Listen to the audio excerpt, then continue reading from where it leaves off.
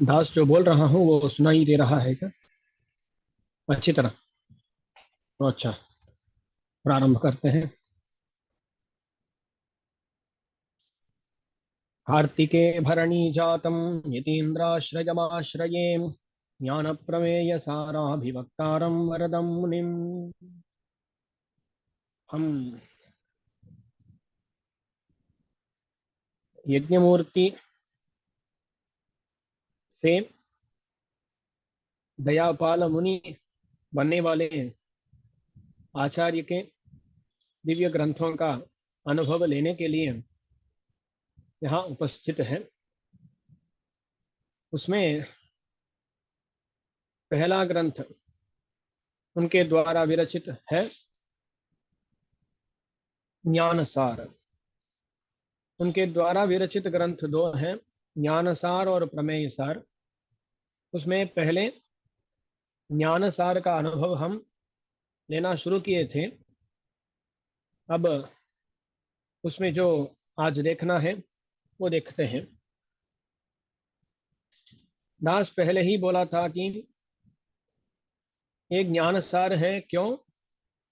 शास्त्र से जो ज्ञान हमें पाना है उसका सारांश यहाँ बोला जाता है, इसलिए एक ज्ञानसार हुआ।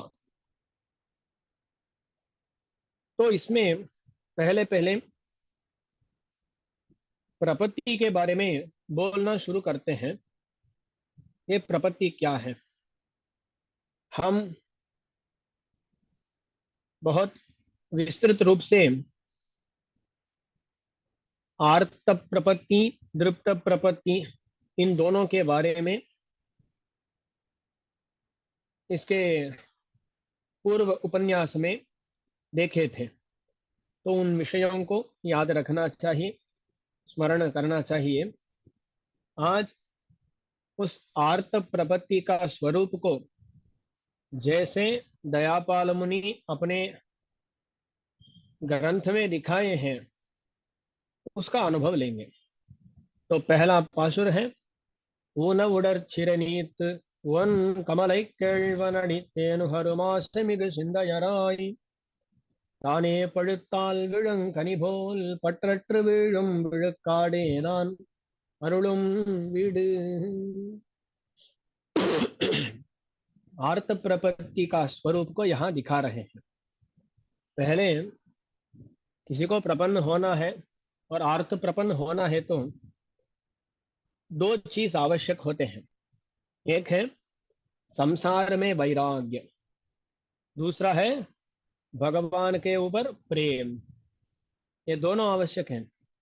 कभी कभी क्या होता है ना, संसार में कुछ दुख हमें मिलता है तो ऐसा चिंतन आता है, अरे ये संसार तो इतना घोर है, कुछ भी सुख ही नहीं देता है, दुखमय है, इसलिए इस संसार को छोड़ के कहीं जाना है, अरे मोक्ष पहुंचना है। ऐसी सोच कभी कभी आती है। कब आती है? जब हम इसी दुख का अनुभव करते हैं। ऐसा ही होता है ना, जब भी कोई दुख, कुछ दुख हमें आ जाता है तब हमें ऐसा लगता है कि दुख ही आ रहा है, अरे मेरा जीवन ही व्यर्थ है, कुछ भी सुख में अब तक अनुभव नहीं किया। ऐसी सोच आ जाती है। जब कुछ सुख होता है ना तब ऐसा लगता है अरे यही तो जीवन है, मेरा जीवन इतना अच्छा है, ऐसा लगता है। तो देखिए, कभी कभी संसार को देखकर हमें वैराग्य होता है। ऐसा बोलते हैं, रसव वैराग्य, श्मशान वैराग्य, ऐसे कुछ वैराग्य बोलते हैं। ये क्या है ना, श्मशान वैराग्य माने कभी कोई मर जाता है तो तब उनको उनका संस्कार कर देते हैं। अंतिम संस्कार करते हैं अंत में। तो वो श्मशान भूमि में उनका जब संस्कार होता है उसको देखते हुए वहां जो बंधु लोग होते हैं ना, उनको ऐसा लगता है अरे ये जीवन क्या है जी, ये तो निरंतर नहीं है, ये तो कभी भी आ, वो समाप्त हो सकता है। ऐसी सोच आ जाती है। तो उस दिन कैसे लगती है, बहुत वैराग्य सा महसूस होता है। उसको क्या बोलते हैं? श्मशान वैराग्य बोलते हैं। क्या होता है ना, 2 दिन के बाद सब भूल जाते हैं और पहले की तरह क्या हमारे सांसारिक अनुभव में लग जाते हैं। इसको बोलते हैं श्मशान वैराग्य बोलते हैं। ऐसा ही बोलते हैं प्रसव वैराग्य बोलते हैं। जब स्त्रियों के लिए ये प्रसव दुख होता है ना, तब उस प्रसव वेदना को देखते हुए उनकी ऐसी सोच होती है, अरे ये क्या है ये बच्चे लोग, अरे ये इतना दुख हो रहा है, अरे कभी भी कोई भी बच्चा नहीं चाहिए इसके बाद, ऐसे सोचते हैं। पर होता है क्या? ऐसा नहीं होता है। तो उस समय के लिए वैराग्य आ जाता है, और 2 दिन होने के बाद वो वैराग्य अपने आप चले जाता है। ऐसा ही संसार में वैराग्य कभी कभी आते जाते हैं। कभी एक दुख हो गया, तब भगवान के पास जाके, अरे मुझे वैराग्य हो गया है, भगवान मोक्ष दो।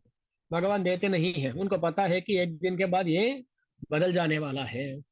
इसलिए सिर्फ संसार में वैराग्य काफी नहीं होता है। और क्या चाहिए? भगवान के ऊपर प्रेम चाहिए, भगवान पर भक्ति चाहिए। तो देखिए, संसार मुझे अच्छा नहीं लग रहा इसलिए वहां जाना है। ऐसा होता है कभी कभी। कुछ लोग, दास तो पाठशाला में पढ़ा था। दास 10वीं कक्षा तक पढ़कर उसके बाद एक पाठशाला में पहुंच गया। उस पाठशाला में जब दास पहुंचा था, तब पूछे, अरे क्या पढ़े हो? 10वीं कक्षा। 10वीं कक्षा पास हो गया क्या? दास बोला, हाँ पास किया हूं मैं। और उसके बाद में ही समझ में आया कि जो पाठशाला को आते हैं ना, वैदिक पाठशाला को, वहाँ बहुत बहुत सारे लोग ऐसे 10th में पास नहीं कर पाते हैं। इसलिए, अरे ओके, इसका लौकिक विद्या नहीं आया तो क्या करो, पाठशाला में बेच दो, ऐसा बेच देते हैं। तो इसलिए कोई 10वीं कक्षा के बाद आ रहा है तो उनकी सोच ऐसी होती है कि अरे 10वीं पास नहीं किया होगा इसलिए यहाँ आया है। ऐसा हो गया है हाल। तो देखिए, हालात ऐसा है। पर क्यों बोल रहा था दास, मुझे 10वीं, वो जो अलौकिक विद्या है, वो लौकिक विद्या आई नहीं, इसलिए वैदिक विद्या को मैं गया, ऐसा नहीं होना चाहिए। अरे लौ वैदिक विद्या ही चाहिए, उस इच्छा के साथ वहां जाना है, वही तो विषय है ना। ऐसा ही, अरे संसार मुझे अच्छा नहीं लगा, हाँ परम पद को जाओ, ऐसा नहीं होता। परम पद में इच्छा आनी चाहिए, भगवान पर इच्छा आनी चाहिए, उसके बाद वहां जाने का प्रयत्न किए तो भगवान उसको सफल करेंगे। तो ये दोनों विषय यहाँ चाहिए होते हैं। एक है वैराग्य, दूसरा है भगवान पर प्रेम। तो कैसा आता है वैराग्य, कैसा आता है? तो बोलते हैं, परमात्मनियो रक्तः विरक्तः अपरमात्मनि। जिसको भगवान पर प्रेम आ जाता है, उसको अपने आप ही वैराग्य भी हो जाता है। भगवान ऐसे हैं कि भगवान अहंकार युक्त है। क्या स्वामी ऐसा बोल सकते हैं भगवान अहंकार युक्त है? तो इस लोक में एक ही व्यक्ति है जिसका स्वातंत्र्य गुण होता है। वो कौन है? भगवान है। भगवान के लिए स्वातंत्र्य गुण होता है। भक्त जो है हम लोग, हमारे लिए पारतंत्र ही गुण होता है। भगवान का पराधीन रहना हमारे लिए गुण है।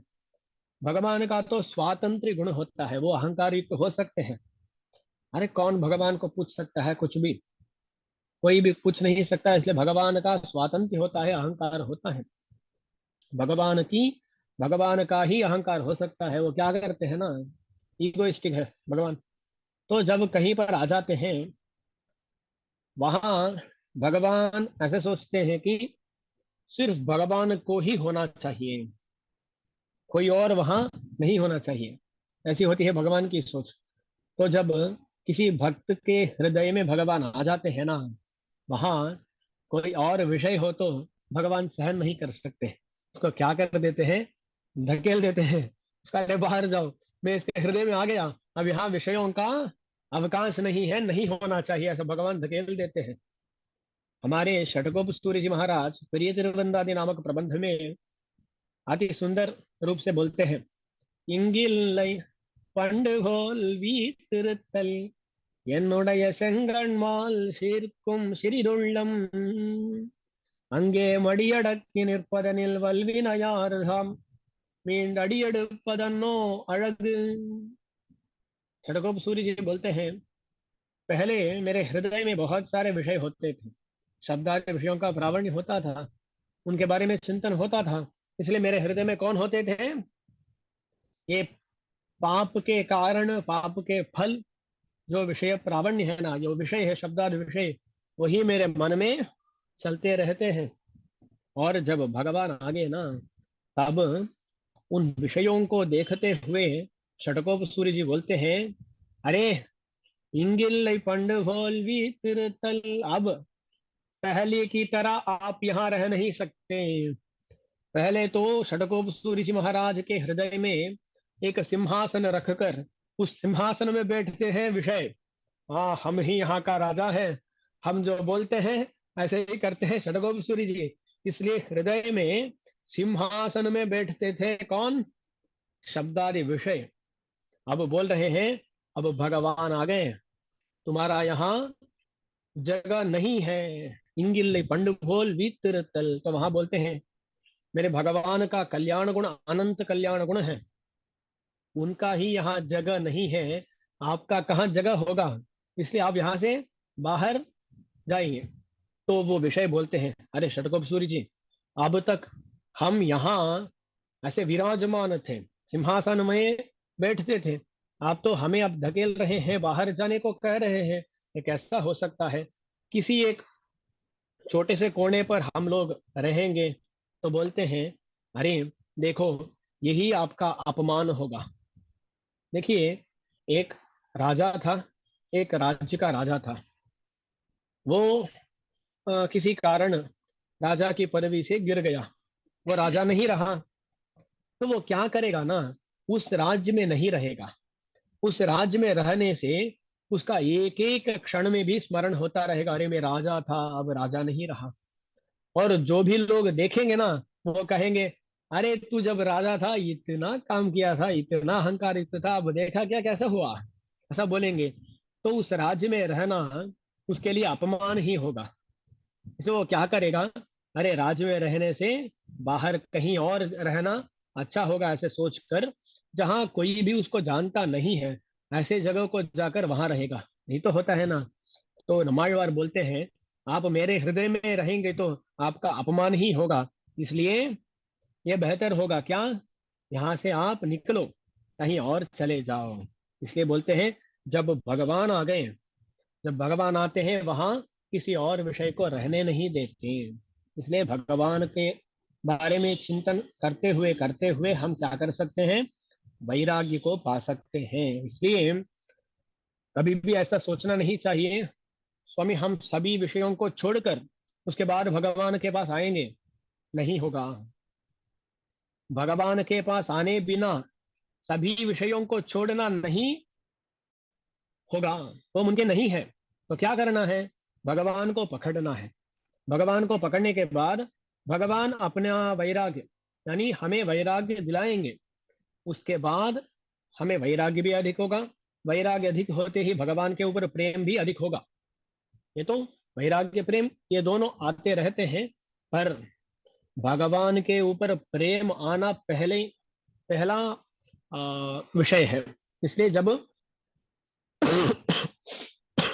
परमात्मा में राग यानी इच्छा आएगी, तब अपरमात्मनि परमात्मा व्यतिरिक्त विषयों में वैराग्य अपने आप आ जाएगा। तो देखिए, ये दो विषय हैं। यहाँ हम पहले देखे थे कि ऊन उडर चिरनीत, जो आर्त प्रपन्न होते हैं उनका वैराग्य आ जाता है। वो ऐसे सोचते हैं, इस कारागार से हमें मुक्त होना है। हम पहले देखे थे ना, ये क्या कारागार है, हम सब लोग फंसे हैं। क्या कारागार है? ये शरीर नामक कारागार, ये कारागृह है जिसमें हम फंसे हैं, इससे हमें मुक्त होना है। वही ऊन उडर चिरई नीत, चिरई माने कारागार, इस कारागार से हमें मुक्त होना है। इसको छोड़कर क्या करना चाहिए, कमलै केळ्वनडित्तेनुगरुमाशे मिग सिंदयराई। भगवान के पादार विंदों से जो मधु निकलता है, उस मधु को पीने की इच्छा रखने वाले, तो इस शरीर में वैराग्य आ गया है और भगवान के श्री चरणार विंदों का अनुभव लेने की इच्छा भी आ गई है, वो दूसरा विषय है। वन कमल कैलवन। इस प्रबंध में जब भी भगवान के बारे में बात करते हैं आचार्य, तो क्या करते हैं, भगवान को भगवान एम्बेरुमान ऐसे नहीं बोलते हैं। क्या करते हैं, लक्ष्मी जी के संबंध के साथ ही कहते हैं। एक एक पासुर में भी होता है, एक दो एक्सेप्शंस होते हैं, पर नियमेन क्या करते हैं, भगवान को भगवान ऐसे ही नहीं कहते हैं। लक्ष्मीपति ही, श्रेयस्पति ही, पर क्या है ना, तमिल में कहते हैं लक्ष्मी जी के संबंध के साथ ही भगवान के बारे में बात करते हैं यहाँ। तो वन कमल केळवन, कमला कौन है, लक्ष्मी जी है। लक्ष्मी जी का ऐसे नाम होते हैं, पद्मा, कमला, अरविंदा, सरोजा। ये सब क्या है ना, संस्कृत में देखे तो ये जो पद्म का नाम होते हैं, वो एक फूल है, इसलिए उसका नाम नपुंसकलिंग में होगा, पद्मम, अरविंदम, सरोजम, ऐसा। पर उस नपुंसकलिंग पद को हम स्त्रीलिंग में बदल दिए तो वो क्या होता है, पद्मा, कमला, सरोजा, ऐसा हो जाता है ना। वो सब लक्ष्मी जी के नाम है। तो जो पद्म के वाचक शब्द होते हैं, उनको स्त्रीलिंग में बदलने पर वो आ, लक्ष्मी जी के वाचक बन जाते हैं। इसलिए लक्ष्मी जी का नाम क्या है, कमला है। उस लक्ष्मी जी का ऐसा ऐसा नाम क्यों बना है, तो बोलते हैं बहुत सारे कारण हैं। एक कारण है, लक्ष्मी जी कमल से उत्पन्न हुई थी। उसको क्या बोलते हैं, कमलोद्भवा बोलते हैं ना। कमलोद्भवा है, कमल से उद्भव जिसका हुआ, वो कमलोद्भवा लक्ष्मी जी। और दूसरा विषय क्या है, वो कहाँ रहती है, अरविंद निवासिनी, अरविंद में ही रहती है। कुछ लोग होते हैं ना, जो तो जो इतने धनिक कुटुंब में कहीं पैदा होते हैं, वो तो भूतल में ऐसा ही सो जाते हैं। उनके लिए ऐसा बिस्तर ये सब आवश्यक नहीं होता है। पर जो छोटे उम्र से ही अति सुकुमार रूप से वर्धित हुए, उनके तो बिस्तर ना होने पर नींद ही नहीं होती है ना। और ऐसे कुछ लोग होते हैं जो घर के बाहर जाने के लिए चप्पल पहनकर ही जाते हैं। हम तो ऐसे श्रीरंगम ऐसे दिव्य देश में रहने वाले, तो चप्पल पहनना हमारा आदत, हमारी ऐसी आदत ही नहीं होती है। क्या होता है ना, यहाँ से देवालय के पास रहते हैं, जाना है तो यहाँ ही जाना पड़ता है, तो चप्पल पहनने की आदत ही नहीं होती है। वो क्या है ना, कब जब भी हम बाहर आते हैं किसी और गांव, कैसे कांचीपुर आते हैं, नहीं तो कहीं और आते हैं, तो वहां चप्पल पहन के कहीं जाएंगे, वहां से आने पर भूल जाते हैं, क्योंकि आदत ही नहीं है ना, ऐसा हो जाता है। तो देखिए ना, जो जिनकी चप्पल पहनने की आदत नहीं होती है, उनको ऐसा तकलीफ होते हैं। और विषय क्या है, चप्पल ना पहनते हुए भी हम धूप में भी चले जाते हैं, रोड थोड़ा रफ हो, उसमें भी पैदल ही चले जाते हैं, कुछ नहीं लगता। अरे ये जो सुकुमार व्यक्ति होते हैं ना, चप्पल पहन के, अरे शू पहन के ऐसे जाने वाले, इनको तो धूप में एक पैर रखने से ऐसा नरकानुभव हो जाता है। वो तो अरे नहीं, हमारी बस की बात नहीं है, ऐसे बोलते हुए वो आते नहीं, अरे चप्पल पहन के ही आएंगे, ऐसा बोलते हैं। तो वो नहीं होता है। तो जिनकी जैसी आदत है, उनका सौकुमार जैसा है, उसके अनुगुण ही वो काम करते हैं, उनका उसका अनुगुण ही वो रहते हैं, ये सब होता है। तो लक्ष्मी जी कैसी है, लक्ष्मी जी बहुत सौकुमार युक्त है। इतना सुकुमारी होता है लक्ष्मी जी का कि कुछ उसकी बात ही नहीं कर सकते हैं। पराशर भट्ट जी श्रीगुण रत्न कोश में उनका सौकुमारी का मार्दव का वर्णन करते हैं। अरे क्या वर्णन है वो। पादारुन्तुदमेव पङ्कजरजः चेटीभृशालोकितैरङ्गं म्लानिः अधाम्बसाहसविधौ लीलारविन्दग्रहः डोलाते वनमालया हरिभुजे हा कष्टशब्दास्पदम् केन श्रीरतिकोमला तनुरियं वाचां विमर्द क्षमा। लक्ष्मी जी का सौकुमारी का वर्णन करते हैं इस श्लोक में। पादारुन्तुदमेव पङ्कजरजः। दास अब तक बोल रहा था कि कुछ लोगों के लिए रोड में कुछ पत्थर, छोटे छोटे पत्थर हो तो वो उसको सहन नहीं कर सकते हैं। ये लक्ष्मी जी का सौकुमार ऐसा है कि जिस अरविंद में वो बसती हैं, रहती हैं, उस अरविंद में मकरंद होते हैं ना, मकरंद, वो पीले पीले होते हैं ना मकरंद, उस वो जब पैर में लगते हैं, लक्ष्मी जी को ऐसा अनुभव होता है कि एक कंटक, कहाँ क्या बोलते हैं, कांटा, एक कांटा, एक कांटा लग गया, ऐसा अनुभव होता है लक्ष्मी जी को। तो वादारुंतुदमेव पंकज रजः, पंकज, पंकज का रजह, उसका वो मकरंद जो रजह होता है वो वादारुंतुदमेव, वो क्या एक कांटा की तरह होता है।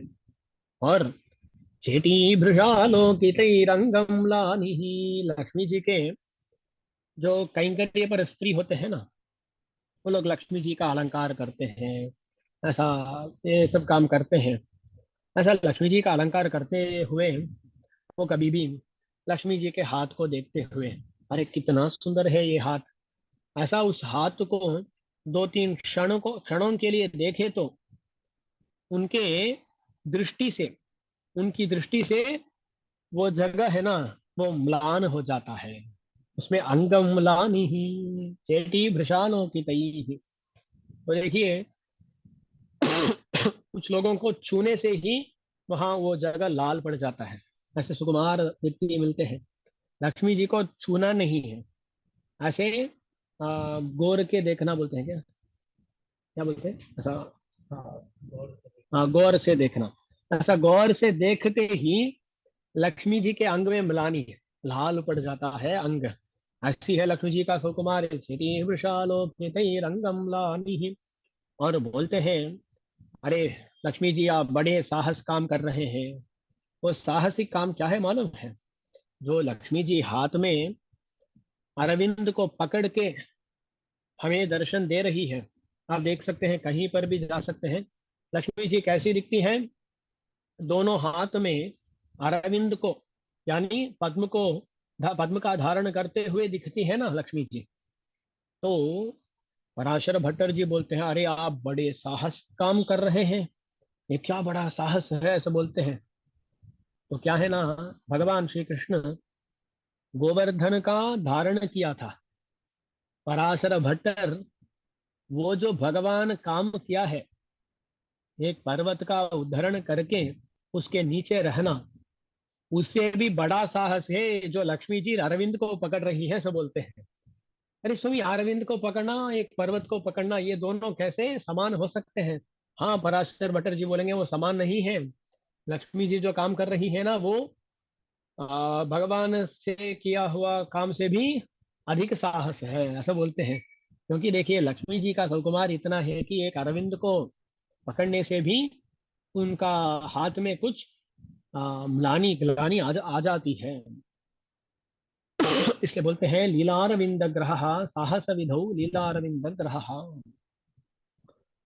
और यहाँ एक और विषय क्या है ना, ये जो अरविंद का वो नाल होता है, उसमें कांटा होते हैं, है ना, उसमें कंटक होते हैं, इसलिए उसको पकड़ने से कुछ चोट लग सकती है लक्ष्मी जी को, इसलिए बड़ा साहस काम है ये, ऐसे बोलते हैं। और बोलते हैं, अरे आप क्या कर रहे हैं? लक्ष्मी जी को कहाँ देख सकते हैं? भगवान के वक्षस्थल में लक्ष्मी जी रहती हैं। वहां क्या कर रही हैं लक्ष्मी जी? भगवान के वक्षस्थल में भगवान की वनमाला है ना, उस वनमाला में लक्ष्मी जी डोला कर रही है। क्या है डोला को क्या बोलते हैं? झूला। लक्ष्मी जी की झूला क्या है मालूम? भगवान जो वनमाला पहनते हैं ना, वही लक्ष्मी जी के लिए झूला है। उस झूला में ऐसे ऐसे जाते आते ऐसा खेलती है लक्ष्मी जी। तो हमारे पराशर भट्ट जी बोलते हैं, अरे लक्ष्मी जी आप क्या कर रहे हैं, इसके बारे में क्या बोल सकता हूँ, हा कष्ट हा कष्ट। ऐसा ही मैं बोल सकता हूँ, हा कष्ट शब्दास्पदम। इतना सुकुमारी है, सुकुमारी युक्त है लक्ष्मी जी। ऐसा बोलकर अंत में कहते हैं, ऐसे सुकुमारी आप, दास का जो ये कटु वार्ता है, मेरे जो कटु शब्द है, इसका कैसे सहन करने वाली है मुझे पता नहीं है। तो बोलते हैं, वाचाहं विमर्द क्षमा केन श्रीरत्नि कोमला तनुरियम। वाचाम विमर्द क्षमा, मेरी इस कटु बातों का सहन कैसे कर सकती है आपकी ये दिव्य मंगल विग्रह। ऐसे बोलते हैं लक्ष्मी जी का सौकुमारी का वर्णन ऐसे करते हैं कौन? पराशर भट्टर जी महाराज। तो दास कहाँ से कहाँ चला गया? यहाँ पासुर में आया था, कमला लक्ष्मी जी अरविंद से उत्पन्न हुई और अरविंद में बसती है। अरविंद बहुत सुकुमार होता है, मृदु होता है, पर वहां रहना भी लक्ष्मी जी के लिए साहसिक ही काम है। ऐसा है लक्ष्मी जी का सुकुमार। तो इसलिए लक्ष्मी जी को कमलोद्भवत्वात्, कमल निवासित्वात्, और कमला, कमल सादृश्यात्, और क्या है ना, लक्ष्मी जी कमल की सदृश है। कमल का जैसा सौंदर्य, सौगंधि, सौकुमार्य, ये गुण होते हैं, ऐसे ही लक्ष्मी जी का भी गुण होते हैं। इसलिए लक्ष्मी जी इन कारणों के इन कारणों के द्वारा कमला कह जाती है, कही जाती है। तो कमल से उत्पन्न हुई, कमल में रहती है, और तीसरी बात क्या है? कमल की तरह होती है, बहुत सारे गुण में साम्य होता है। इसलिए लक्ष्मी जी का क्या नाम है? कमला, पद्मा, अरविंदा, सरोजा, सरसिजा, ऐसे बहुत सारे नाम है लक्ष्मी जी के। उनमें एक नाम है कमला। भगवान क्या है? कमलापति। क्या बोलते हैं?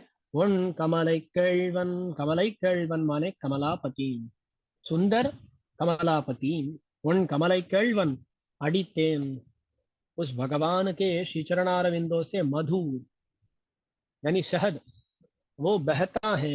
ऐसा वेदों में आता है, विष्णु पदे परमे मध्व उत्साह। भगवान श्रीमन नारायण के श्री चरणारविंदों में मध्व उत्साह यानी मधु का प्रवाह होता है, ऐसा बोला गया है। इसलिए उस भगवान के श्री चरणारविंदों का रस को अनुभव करने के लिए जिनका मन बहुत चाहता है, वो लोग यहाँ ऐसा कहे जाते हैं। तो देखिए, ऊन उडर चिरनीत, ये शरीर नामक कारागृह से मुक्त होने की भी इच्छा है उनको, और भगवान के श्री चरणारविंदों में बहने वाला मधु का पान करने की भी इच्छा है उनको। ऐसे लोग वो क्या करते हैं ना, उनकी इच्छा अधिक हो गई है, वैराग्य भी बहुत अधिक हो गया है। वो क्या करते हैं? ताने पழுத்தால் விழுங்கனி போல் பத்தத்து விழும் விழுக்காடேரான் अरुളുம் வீடு। वो लोग क्या करते हैं? भगवान को, भगवान का आश्रय लेते हैं, भगवान का आश्रय लेते हैं। ये क्या होता है देखिए, यहाँ एक बहुत सुंदर दृष्टांत कह रहे हैं। ताने पழுத்தால் விழும் कनि बोल, एक वृक्ष है, वृक्ष में एक फल है, वो पहले कच्चा होता है, उसके बाद पक्व होने के बाद ही वो फल बनता है। जब भी कुछ कच्चा सा रहने वाला फल पक्व हो जाता है, तब थोड़ी ही देर में वो उस वृक्ष से गिर जाता है। तो वहां कुछ प्रयत्न करना है क्या? अरे कच्चे आम को हमें पाना है तो हमें क्या करना पड़ेगा? पत्थर डालना पड़ेगा, नहीं तो उसका जो भी साधन होते हैं उनसे उसको लेना पड़ेगा। हमारे घर हो तो कुछ भी कर सकते हैं, बाहर कहीं से चुराना है तो बहुत मुश्किल से चुराना पड़ता है। पर लोक में यह बात कही जाती है कि जो हमारे घर में मिलता है ना, वो सच में अच्छा हो पर वो स्वादिष्ट नहीं लगता है। जब कहीं से चुरा लेते हैं ना तभी वो स्वादिष्ट लगता है। ये लोक में कहे कही जाने वाली बात है। दास इसका इंकरेजमेंट नहीं कर रहा हूँ, इंकरेजमेंट नहीं कर रहा हूँ, जस्ट विनोद के लिए बोला हूँ। तो देखिए ना, जब एक कच्चा सा फल पक्व हो जाता है वो अपने आप गिर जाता है। ऐसे ही जिनका संसार में वैराग्य उत्पन्न हो चुका है और भगवान के श्री चरणारविंदों का अनुभव लेने की इच्छा बहुत आ, अधिक रूप से आ चुकी है, वो अपने आप ही भगवान के श्री चरणारविंदों में पड़ जाते हैं, क्योंकि कुछ और उपाय नहीं है। तो देखिए इतनी इच्छा आ गई कि वो अब उपाय अनुष्ठान ऐसा ये करेंगे वो करेंगे, वो कर नहीं सकते। वो तो रह नहीं सकते भगवान को पाने बिना। इसलिए देखिए ना, जैसा एक पक्व फल वृक्ष में रह नहीं सकता और खुद गिर जाता है, ऐसा ही ये लोग जिनका सच में वैराग्य उत्पन्न हो चुका है और भगवान के श्री चरणारविंदों में भक्ति आ चुकी है, वो कुछ काम नहीं कर सकते। इसलिए वो अपने आप ही भगवान के श्री चरणारविंदों में गिर जाते हैं। तो बोलते हैं ताने पड़ताल, जो अपने आप पक्व हो गया है, ऐसा विழுंग कनी भोल, पक्व होने पर गिर जाने वाला फल की तरह। कुछ लोग जाके कुरत्ताழ்वान को पूछे, क्या पूछे? अरे कुरेश जी, ये प्रपत्ति आर्त प्रपत्ति होती है ना, उसका वेश कैसा होता है? आर्त प्रपत्ति माने कैसा होती है वो? ऐसा कुछ लोग पूछे। तब कुरेश जी समाधान दिए, वो बोले कनिपड़म काम बट्रार बोले हैं। वो यही दृष्टांत बोले थे। क्या दृष्टांत? जो पक्व फल होता है ना, ऐसा होता है आर्त प्रपन्नों की स्थिति। वो खुद अपने आप ही गिर जाता है। ऐसे ही आर्त प्रपन्न लोग कोई और काम न करने कर सकते हुए क्या भगवान के श्री चरण अरविंदों में गिर जाते हैं। यही विषय है। ऐसा ही नम्माழ்वार इत्यादि लोग, श्री वचन भूषण में कहा जाता है कि ये जो हमारे आழ்वार हैं वो क्यों प्रपत्ति किए हैं? तो बोलते हैं वो भक्ति पारवश्यात प्रपन्ना, वो तो इतने भक्तिमान है कि वो कर्मयोग करो, ज्ञान योग करो, ये करो वो करो, ऐसा बोलने पर वो कर नहीं सकते। तो भगवान के बारे में चिंता करते हुए ही वो मूर्छित हो जाते हैं। वो कुछ भी काम नहीं कर सकते, एक जगह से एक और जगह जा नहीं सकते। ऐसे लोग इतने भक्तिशाली है कि वो क्या उपाय अनुष्ठान करेंगे। इसलिए वो भक्ति पारवश्य उसके कारण वो प्रपत्ति करें, क्योंकि उनका कर्मानुष्ठान करने की शक्ति ही नहीं है, सामर्थ्य ही नहीं है, इसलिए वो प्रपन्न हो गए ऐसा बोला जाता है। तो वो सब लोग अर्थ प्रपन्न है ना, इसलिए वैराग्य आ गया, भक्ति आ गई, तो अपने आप ये प्रपन्न क्या करता है? भगवान के श्री चरणारविंदों में गिर जाता है। ऐसा பற்றற்று விழுக்காடேரான் அருளும் வீடு। तो देखिए,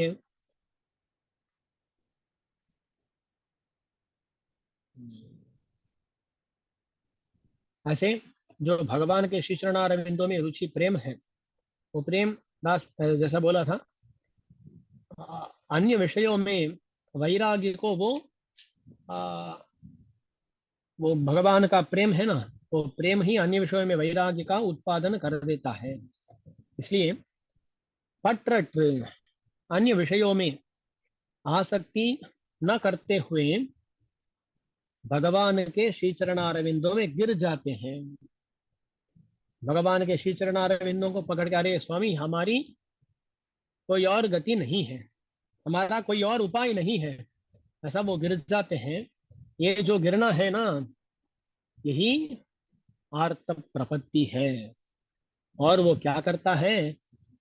तान अरुणुम वीड, वो आर्त प्रपत्ति अपने आप ही मोक्ष का प्रदान कर देती है। आर्त प्रपत्ति क्या करती है? मोक्ष प्रदान तुरंत कर देती है। तो जो आर्त प्रपन्न होते हैं वो इतनी आरती से रहते हैं कि वो यहाँ संसार में रह नहीं सकते। संसार में वैराग्य उत्पन्न हो गया, भगवान के श्री चरणारविंदों में प्रेम इतना बढ़ गया, वो यहाँ रह नहीं सकते। भगवान के श्री चरणारविंदों को पकड़ते हैं, भगवान आप ही उपाय हो। ऐसे बोलने पर भगवान भी उनका उनकी जो प्रार्थना है उसको स्वीकार करते हुए उनको तुरंत ही मोक्ष दे देते हैं। तो यही विषय है इस पहले पाशुर में। यहाँ आर्त प्रपत्ति मोक्ष दे देती है ऐसा बोला गया है। इसका अर्थ को हमें सही तरह समझना चाहिए। हमारे संप्रदाय में यह बोला जाता है कि हम जो शरणागति करते हैं, शरणागति से मोक्ष मिला, ऐसा बोलना गलत है। अरे स्वामी, प्रपत्ति से मोक्ष मिलता है, ये बोलना कैसे गलत हो सकता है? तो प्रपत्ति से मोक्ष मिला ऐसा नहीं करना चाहिए, भगवान की कृपा से मोक्ष मिला। तो उपाय क्या है? किसके कारण हमें मोक्ष मिला है? तो हमें सही तरह चिंतन करना है, सही तरह समझना है, भगवान की कृपा से। नहीं तो आचार्य की कृपा से, ऐसा ही बोलना है। हमारे संप्रदाय में कभी भी ऐसा नहीं बोलना है स्वामी मैं आचार्य का समाशन ले चुका हूँ, मुझे मोक्ष मिल जाएगा, आचार्य समाशन मैं किया हूँ इससे मोक्ष मिल जाएगा।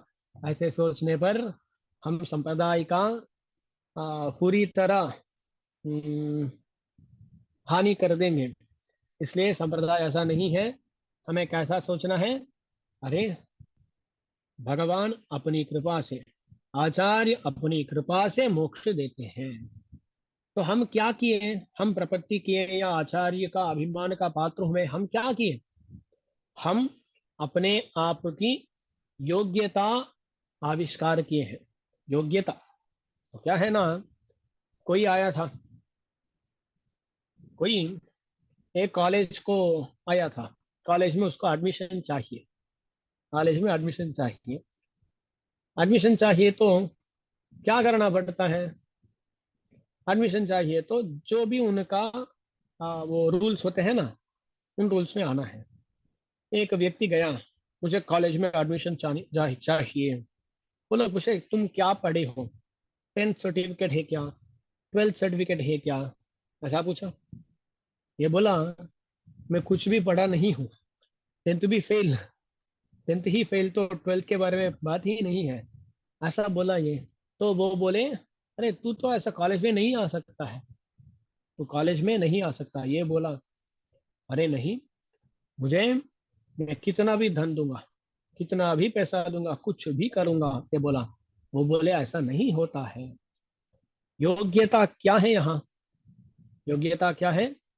12th पास होना है, या 12th पास होना योग्यता है। और ऐसा हुआ तो 12th पास किए तो करना ही योग्यता है। और क्या है ना, वो 4 साल के बाद आया, 4 साल के बाद वो आया और वो बोला, अरे मैं अब 12th पास कर चुका हूँ, मुझे कॉलेज में एडमिशन दो। क्या बोला? मैं 12th अब पास कर चुका हूँ, मुझे कॉलेज में एडमिशन दो, ऐसा बोला। वहां वो बोले, अरे कॉलेज में अब सीट ही नहीं है, मैं दे नहीं सकता। ये पूछा, अरे आप बोले 12th पास किया तो मैं दे दूंगा, मैं अब 12th पास कर चुका हूं तो देना चाहिए। अरे वो बोला, वो आपकी योग्यता है, आपकी योग्यता है, देना ना देना उसके कारण तो अलग होते हैं। हमारे सीट रहने चाहिए, और हमारा संकल्प होना चाहिए, हमारी इच्छा होनी चाहिए। आपको धन देना पड़ेगा, एडमिशन फी देना पड़ेगा, ये सब अलग है। योग्यता क्या है? ट्वेल्थ पास होना। हम ट्वेल्थ पास करने को योग्यता बोले, ये नहीं कि जो भी ट्वेल्थ पास करते हैं वो सब एक ही कॉलेज में एडमिशन ले सकते हैं। कैसा होता है? क्या हो नहीं सकता। ऐसा ही परम पद को पहुंचना है तो प्रपत्ति योग्यता है। देते कौन है? भगवान देते हैं, अपनी कृपा से देते हैं। तो जब भगवान का कोई और संकल्प होता है, तब जाके स्वामी मैं प्रपत्ति कर चुका हूं, मुझे आप फल देना चाहिए, भगवान बोलेंगे नहीं होगा। ऐसा कभी हुआ है क्या? हमारे आचार्य कहते हैं कि भरत जी का जो शरणागति है, इसमें बहुत सारा विचार है। दास तो बहुत सुलभ रूप से बोलता हूँ, बहुत सारा विषय है यहाँ। भरत जी, वहाँ श्री रामायण में भरत जी क्या करते हैं? जब अयोध्या को लौटते हैं ना, अयोध्या को लौटने पर भरत जी देखते हैं कि भगवान श्री राम वो अयोध्या पहुंच गए। हाँ, वन पहुंच गए अयोध्या से। और जब देखते हैं पिताजी यानी दशरथ महाराज वो स्वर्ग पहुंच गया, इस बात को सुनते ही भरत बहुत दुखित हो जाता है। अरे क्या करूं क्या करूं, वो रोता है। विललाप सभा मध्य जगर्हे च पुरोहितम। बहुत निंदा करता है, सबकी निंदा करता है। वशिष्ठ की निंदा, ये कैकेयी और मंथरा का तो इतना निंदन करता है, इतना निंदन करता है, रोता रहता है। और क्या करता है ना, बड़ी सेना को लेकर, सभी मंत्रियों को लेकर, अपने माताजियों को भी लेकर वन को जाता है भरत जी। भरत वहां जाके ये भी सचिव सार्धम शिरसा याचितो मया भ्रातुशिष्यस्य दासस्य प्रसादम कर्तुमर्हसि, बोलते हैं अरे मैं आपके भ्राता हूँ। अरे भ्राता होते हुए भी कुछ लोग ऐसे होते हैं कि आ, भ्राता का यानी अपने सहोदर का कुछ हानि कर देते हैं। जैसे रावण और विभीषण है, वो लोग भ्राता है पर वो ऑपोजिट साइज में थे ना। सोचे मैं भ्राता हूँ, और भ्राता सिर्फ भ्राता नहीं शिष्य भी हूँ। ये शिष्य लोग क्या करते हैं ना, जब तक पढ़ना है जब तक पढ़ते थे तब तक पढ़ते हैं, उसके बाद हाँ स्वामी हो गया, वो चले जाते हैं। मैं शिष्य ही नहीं दास भी हूँ। तो भ्राता हूँ, शिष्य हूँ और आपका दास हूँ। ऐसा मैं जो हूँ, मेरा प्रसाद करो। प्रसाद माने अनुग्रह करो, ऐसा ऐसी प्रार्थना करते हैं। कौन? भरत जी।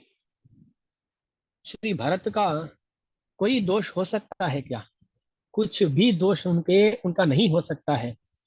ऐसे भरत जी आकर खुद प्रपत्ति करते हैं भगवान श्री राम के विषय में, शरणागति करते हैं। अरे जी आप लौटिए, अयोध्या जी को आ जाइए, ऐसी प्रार्थना करते हैं। पर भगवान श्री राम का तो अलग ही संकल्प था, इसलिए वो क्या किए, उस प्रपत्ति को निराकार कर दिए। भरत जी की प्रार्थना ऐसी थी, अद्यैवाभिषिञ्च स्वाहा, अभी अभी आ जाना चाहिए, अभिषेक करना चाहिए, पट्टाभिषेक करना चाहिए। पर उनकी प्रार्थना को भगवान सुने नहीं। क्यों नहीं सुने? भगवान स्वतंत्र होते हैं। तो देखिए वहां भरत जी प्रपत्ति किए हैं, प्रपत्ति करने पर भी भगवान फल नहीं दिए। तो प्रपत्ति उपाय है क्या? प्रपत्ति उपाय नहीं है, प्रपत्ति योग्यता है। वो भगवान की करुणा जो है, भगवान का संकल्प जो है, वही वहां उपाय होता है। ऐसा हमारे आचार्य बोलते हैं। इस विषय में तो बहुत सारा वक्तव्यांश होता है। संग्रह रूप से तो बोलना इस विषय को अन्याय करना होता है। तो देखिए यहाँ ये आर्त प्रपत्ति मोक्ष देती है। यहाँ ऐसा नहीं समझना है कि आर्त प्रपत्ति उपाय है। आर्त प्रपत्ति अपने आप मोक्ष नहीं देता है, पर क्या है ना, आर्त प्रपत्ति करने वालों को भगवान मोक्ष दे देता है। वहाँ उपचार से यहाँ ऐसा कहा गया है कि आर्त प्रपत्ति मोक्ष दे देती है, ऐसा बोला जाता है।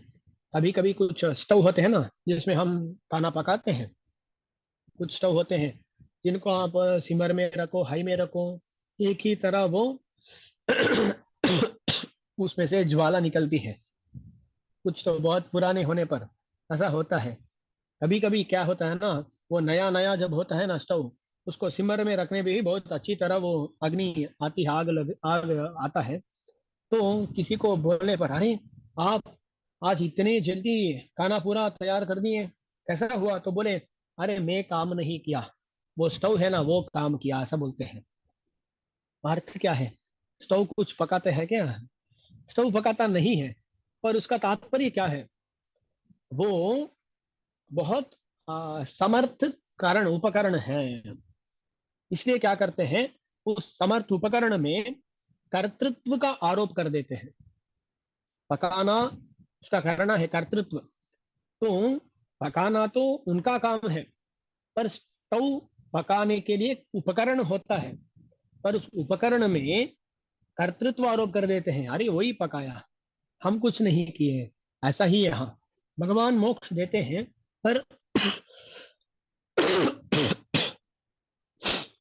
भगवान मोक्ष देते हैं, उसका उपाय भी भगवान है। वहां स्टव तो करण है, पर यहाँ प्रपत्ति करण यानी उपाय भी नहीं है। पर इस प्रपत्ति का मोक्ष के साथ अव्यभिचरित संबंध है। इसलिए यहाँ क्या बोला जाता है, ये प्रपत्ति ही मोक्ष दे देती है, ऐसा बोला जाता है। यह पहला श्लोक है, पहला पाशुर है। ऊन उडचिरनीत वन कमலை केळवनடி तेनुगरु मासे मिदु सिंधयराय। देखिए, इस कारागार को छोड़ के भगवान के श्री चरणारविंदों को पाके, वहां भगवान के श्री चरणारविंदों से बहने वाले मधु को पीने का काम, पीने की इच्छा जिनकी है, वो आर्त प्रपन्न है। वो कैसे? ताने फड़ताल विழுங்கனி बोल पटट विழும்। वो जैसे वृक्ष से एक पक्व फल गिर जाता है, ऐसे ही सभी विषयों को छोड़कर भगवान के श्री चरणारविंदों में गिर जाते हैं। ऐसा जो गिरना है, विழுக்காடு यानी गिरना, वही वीड ताने अरुणम, वो मोक्ष को अपने आप दे देती है।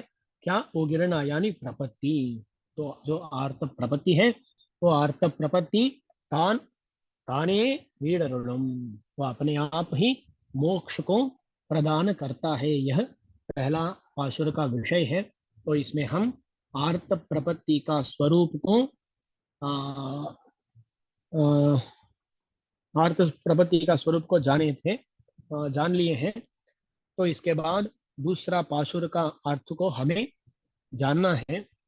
दास पहले भी कभी बोला हूँ इसके बारे में। कहा? श्रीस्तव में बोला था। हाँ, श्रीस्तव में परभक्ति परज्ञान परम भक्ति इनके बारे में बोला था ना। वहाँ परभक्ति के बारे में बोला था। उस परभक्ति का स्वरूप को अगले पाशुर में बहुत अच्छी तरह दिखाते हैं। उस विषय को हम अगले उपन्यास में देखते हैं। तो परभक्ति परम भक्ति इनका स्वरूप का विवेचन करते हैं अगले दो पाशुरों में। उन दोनों पाशुरों को मिलाकर हम अगले उपन्यास में अनुभव करेंगे। तो एक मिनट, अगला उपन्यास आज रविवार है ना, 2, 3, 4, इस बुधवार को तो कालक्षेप नहीं हो सकता। वहीं यहाँ अब आदि ब्रह्मोत्सव प्रारंभ हुआ है, जो बहुत इम्पोर्टेंट एक ब्रह्मोत्सव है। श्रीरंग में तो 3 ब्रह्मोत्सव होते हैं। एक तैश मास में, पुष्य मास में हो चुका है। उसके बाद यहाँ अब आज प्रारंभ हुआ है आदि ब्रह्मोत्सव फाल्गुन मास में। और इसके बाद चैत्र मास में एक और ब्रह्मोत्सव है। ये तो इसको आदि ब्रह्मोत्सव कहते हैं। इसको ब्रह्मा भी किए थे। और उसके बाद जो जो रंगनाथ जी की पूजा किए हैं, जैसे आ, इक्ष्वाकु वंश में जो राजा आए थे, वो सब लोग आदि ब्रह्मोत्सव का आ, या आयोजन करके भगवान का ये उत्सव का प्रचालन किए हैं। तो ऐसा एक ब्रह्मोत्सव है। तो बुधवार को तो गरुड़ वाहन होगा। गरुड़ वाहन तो बहुत देर हो जाएगा उस दिन, तो 9 बजे तक दास नहीं आ पाऊंगा, इसलिए बुधवार भी नहीं होगा। और बुधवार फोर्थ डे, तो गुरुवार शुक्रवार एट, और अष्टम, 8th डे तो अश्ववाहन होगा।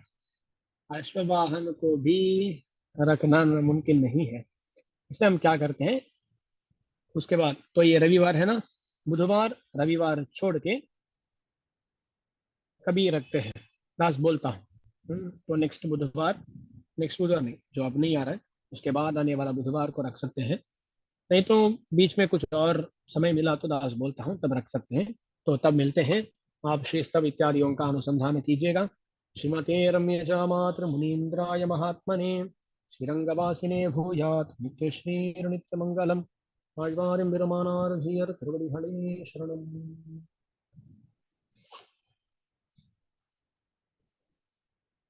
क्वेश्चन?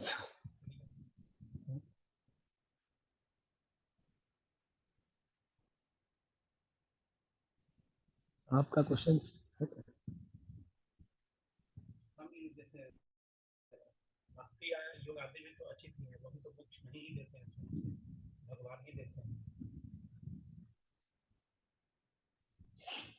यहाँ स्वामी पूछ रहे हैं कि जो अचित भक्ति योग कर्म योग इत्यादि होते हैं वो भी तो मोक्ष नहीं देते हैं, उनको कैसे उपाय कहा जाता है? तो यहाँ विषय है, बोलता हूँ।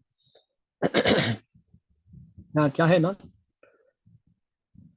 देखिए, इसको हमें वैदिक उदाहरण से समझना चाहिए, क्योंकि इसका लौकिक उदाहरण ढूंढना कुछ कठिन होगा। वैदिक उदाहरण क्या है? देखिए, आप कुछ याग का अनुष्ठान करते हैं, ज्योतिषोम इत्यादि याग है, उनका अनुष्ठान करते हैं। उस याग अनुष्ठान को देखकर वो जो देवता है ना, वो देवता, उस देवता का अंतर्यामी भगवान वो फल देते हैं। तो देखिए, जब आप याग करते हैं, याग करने से आपको ये फल मिला, फल देने वाला कौन है? एक देवता। देखिए, यहाँ जो फल को दिया है वो देवता, उसको फल प्रदाता बोलते हैं, फल प्रदाता बोलते हैं। और जो और जो आ, जिसके कारण वो फल दिए हैं उसको उपाय बोलते हैं। ओके। तो याग अनुष्ठान से स्वर्ग को पाता है कोई, वहां याग क्या है? स्वर्ग का उपाय है। स्वर्ग को देने वाला वो देव है, वो देवता। ओके। ये ऐसा ही होता है। ये जो लोग भक्ति योगों का अनुष्ठान करते हैं, वो लोग भक्ति योग को उपाय समझते हैं, भगवान को फल प्रदाता समझते हैं। ओके। हम जब शरणागति करते हैं, अरे भगवान आप ही फलप्रद हो और आप ही साधन भी हो, ऐसा कहते हैं। समझ में ना? तो सभी जगह एक चेतन को ही फल प्रदान करना पड़ेगा, उसमें संदेह नहीं है। पर किसको देखकर, किसको साधन मानकर वो फल देगा? तो कुछ और साधन रहता है। प्रपत्ति मार्ग में हम कहते हैं कि अरे हमारे पास कुछ और साधन नहीं है, इसलिए आप ही साधन भी बन के आप ही हमें फल भी दीजिएगा। तो फल प्रदाता भी आप, फल का उपाय भी आप। यह जो प्रार्थना होती है ना, यह शरणागति कहलाती है। समझ में? तो प्रपत्ति कैसी है?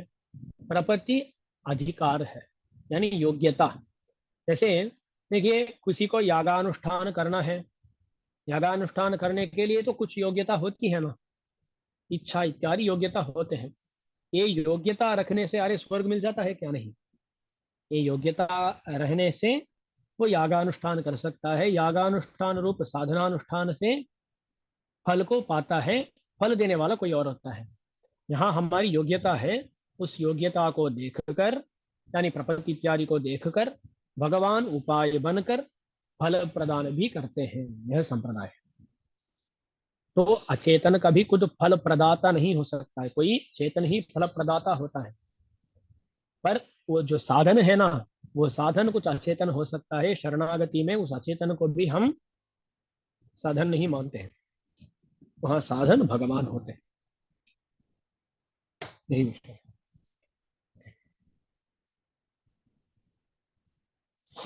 यहाँ कोई पूछे है कि तीन ब्रह्मोत्सव क्यों? ये क्या है ना, एक ब्रह्मोत्सव तो नियमित रूप से होता है। एक ब्रह्मोत्सव, एक राजा, उसको भूपति तिरुनाल बोलते हैं, पुष्य मास में जो उत्सव प्रचलित है, नॉर्मली प्रचलित होता है, वो जो उत्सव है ना, वो एक राजा के द्वारा प्रचलित हुआ। वो बहुत सारे कैंकर्य करके इस ब्रह्मोत्सव का भी आयोजन किया है, इसलिए वो होता है। और ये चैत्र मास में होने वाला ब्रह्मोत्सव भी एक राजा के कारण हुआ है।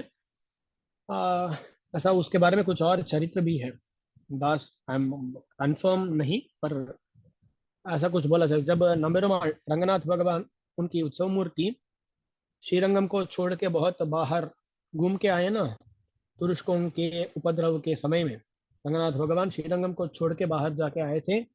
आ, लगभग 60-70 ईयर्स तक वो बाहर थे, 60 ईयर्स। तो उसके बाद इस जो भी भगवान को यहाँ लाने पर ऐसा बहुत उपकार किए हैं, और वो जो राजा है, उनसे उनके द्वारा आयोजित एक चैत्र ब्रह्मोत्सव है। तो एक मेन आदि ब्रह्मोत्सव, ये दोनों अलग अलग समयों में आयोजित ब्रह्मोत्सव है। तो इसलिए तीन ब्रह्मोत्सव हुए हुए हैं श्रीरंगम में। यही विषय है। तो अ, हम अगले उपन्यास में मिलते हैं। तब तक सभी लोग अनुसंधान कीजिएगा। आழ்வார் எம்பெருமானார் ஜீயர் திருவடிகளே சரணம்।